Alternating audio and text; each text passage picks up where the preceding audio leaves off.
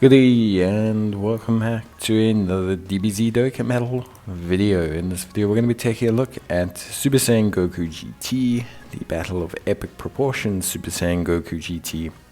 And we're going to see just how good he is at 100% in the hidden potential system after his Extreme Z Awakening. Now we already took a look at him at 100% in the hidden potential system, but I wanted to get a good look at him we took a good look at him at 55%. I want to get a look at him at 100% and just see how good he is. Basically, he has tech and strength type lead of Ki +3, HP attack and defense at 90%. He raises defense for 1 turn, causes sprint damage to the enemy, and gives all allies attack plus 30% for 1 turn. He has attack and defense of 150%, and additional attack and defense of 100% for 5 turns. An additional attack and defense of 50% when performing super attack, medium chance of evasion, Ki +3, and chance of evading the enemy's attack, plus 30% when there's another Space Traveling Warriors category ally attacking in the same turn. He gets an additional attack of 20% up to 80% and chance of performing a crit, plus 10% with each attack evaded. He has Golden Warrior, Saiyan Lineage, Super Saiyan, Kamehameha, GT, prepared for battle and sharing the limit. He's got Pure Saiyans, Dragon Ball Seekers, Goku's Family, Super Saiyans, Kamehameha, Space Traveling Warriors, Turtle School, GT Heroes, Bond of Friendship, Bond of Parent and Child, and Earthbred Fighters. Because of how his passive works, and because of, how functionally he works as a unit, you want him to evade, you also really only want to use him for around 5 turns, and realistically speaking, you want to use him on a Space Traveling Warriors team, or at least a team that has access to Space Traveling Warriors.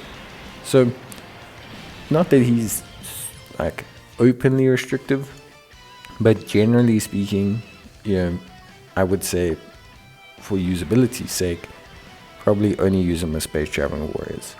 His defense is pretty good, give or take with how much support you have, anywhere ranging from 170,000 start a turn to 190,000, which is pretty good, coupled with 60% evasion with the like Space Traveling Warriors, and then of course as well the fact that he gains another 50% attack and defense upon the super, meaning after he supers he'll be at around over 300k defense with 60% evasion, which is pretty good. Now out of his hidden potential system I would suggest additionals, mainly because he does have a decent rate of crit from his passive, especially if he gets some evasion off.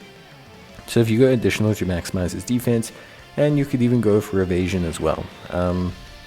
If you give him, for example, 10 evasion, then that gives him an effective 66% evasion rate with a Space Traveling Warrior in his team, which ultimately at the end of the day is honestly pretty good. So yeah, essentially nothing too bad. Realistically speaking, it's a pretty good unit. I don't think anything spectacular. Should you use your Extreme Z Awakening medals from the World Tournament on him? I don't really think so. He's nice for a GT Heroes team, he's nice for a GT Heroes SPR, ESPR team. He is a good damage dealer, and you know what, he can act as a pseudo tank if you pair him up with the right Space Traveling Warriors. Fortunately, GT does have a couple of those, mainly Pans, Trunks and Girus, but you can do it. Just for me, I don't think, at least on surface level, that he's necessarily someone that I would, use. It's a lot of resources for a World Tournament unit, so I would start with some of the other ones first, maybe like your Tech, Super Saiyan 2 Gohans, etc. But, if you're desperate to get a piece for your Pan Space Traveling Warriors team, he's not bad. I mean, 5-6 million attack stats, 40% crit chance, 60% evasion, pretty good. Not anything insanely wild, but pretty good for me.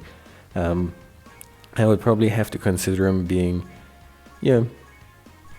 like a 6 out of 10, 6.5 out of 10 unit. Like just a decent looking unit.